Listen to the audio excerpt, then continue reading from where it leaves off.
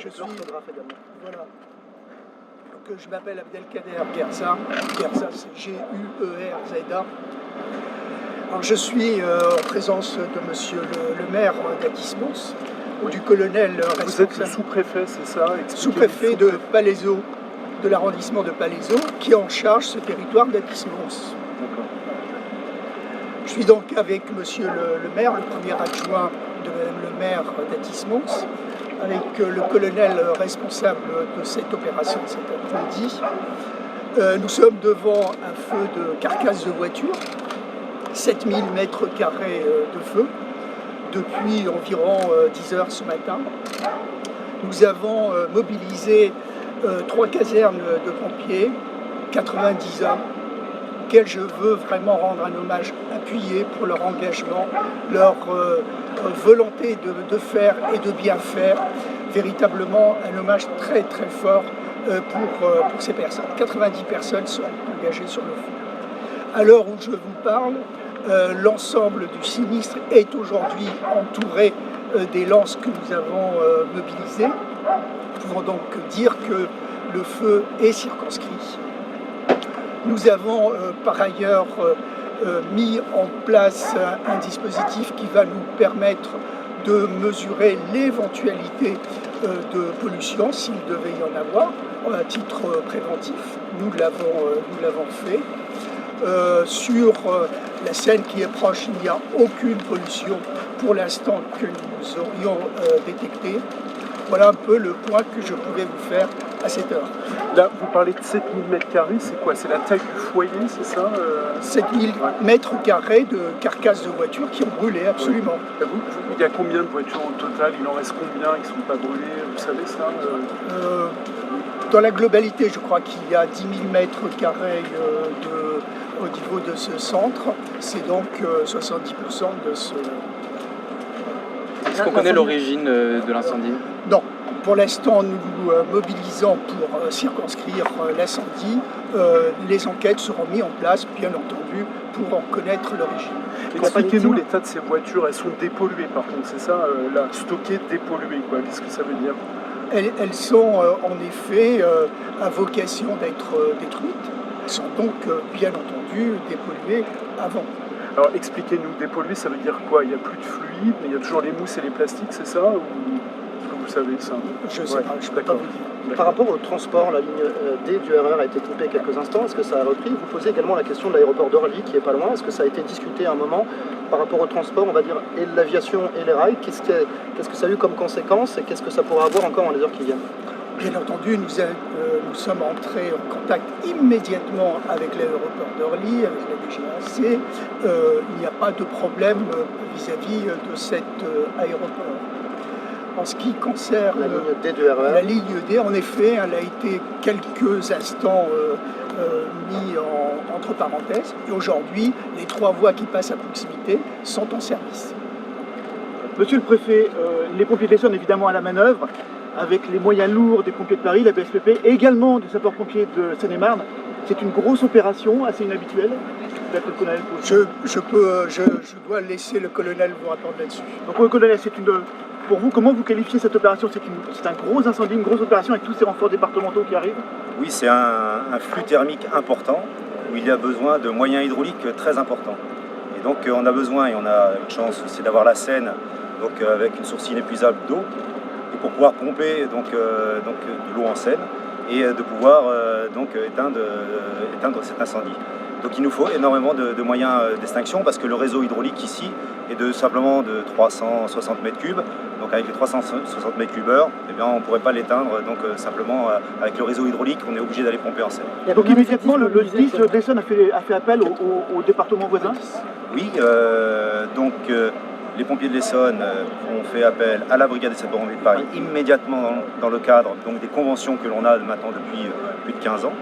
Et ensuite, on vient de faire appel il y a 1 heure donc, aux pompiers de Seine-et-Marne pour venir justement compléter notre dispositif et ensuite pouvoir remplacer nos personnels.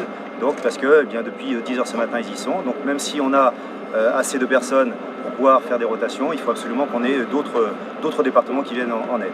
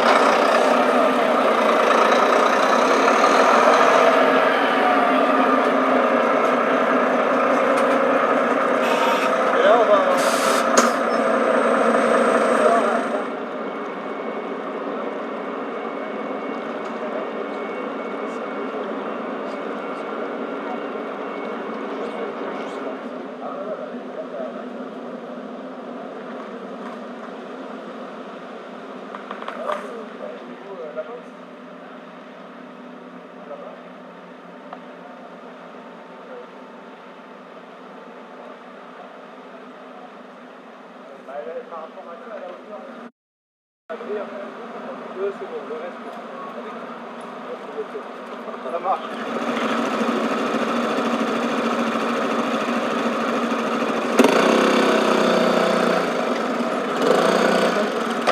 Je referme celui-là.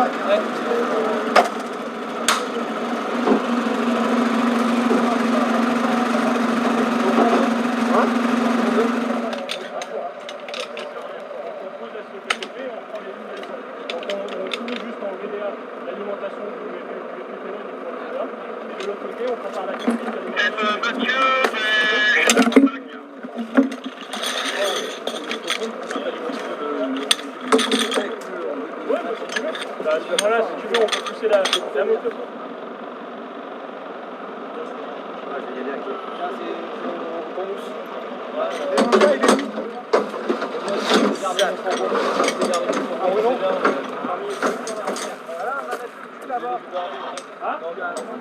Ouais, si on avait pris le... Non, mais là, c'est juste pour le... Voilà, il va falloir la gaffe.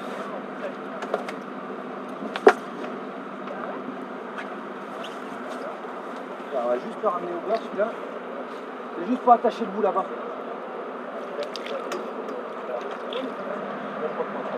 Dépêche-toi parce que là, je suis en train de faire les dernières mesures de prélèvement.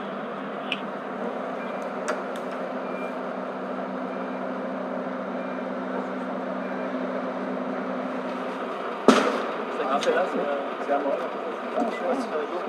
J'ai ramené la maison. Après, j'en ai vu plein qui sont trouvés dans qu'est-ce qu'il y avait sur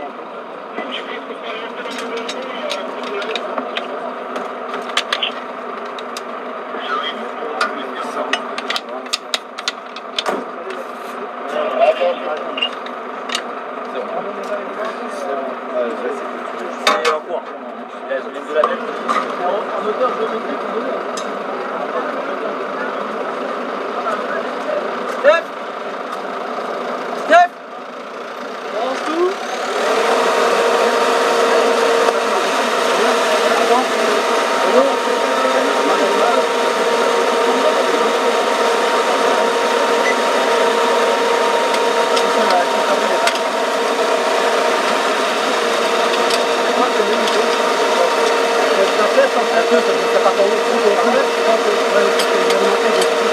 Attends. Là, il part à gauche, là.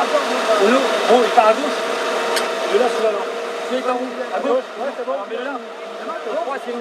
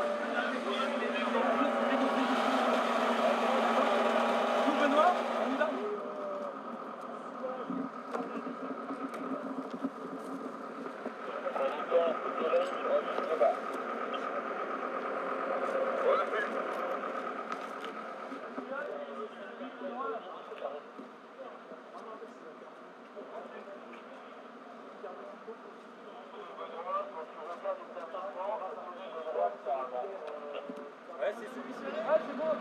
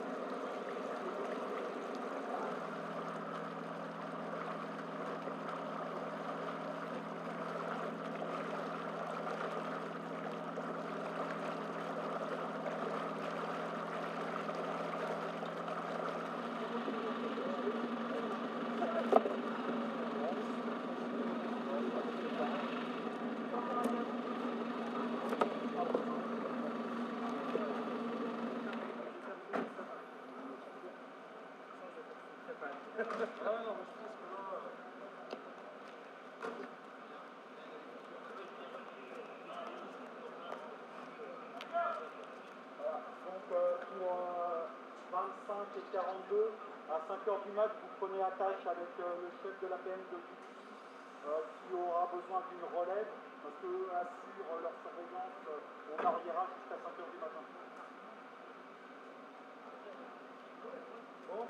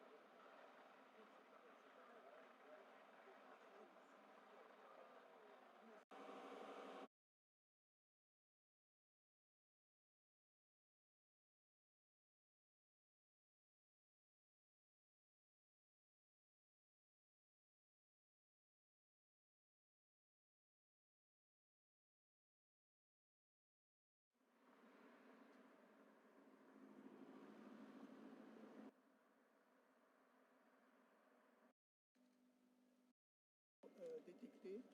Voilà un peu le point que je pouvais vous faire à cette heure. C'est-à-dire que ça continue à progresser, donc les 7000 m² qui sont aujourd'hui en feu, eh bien, seront peut-être de 7500 m² sur l'ensemble,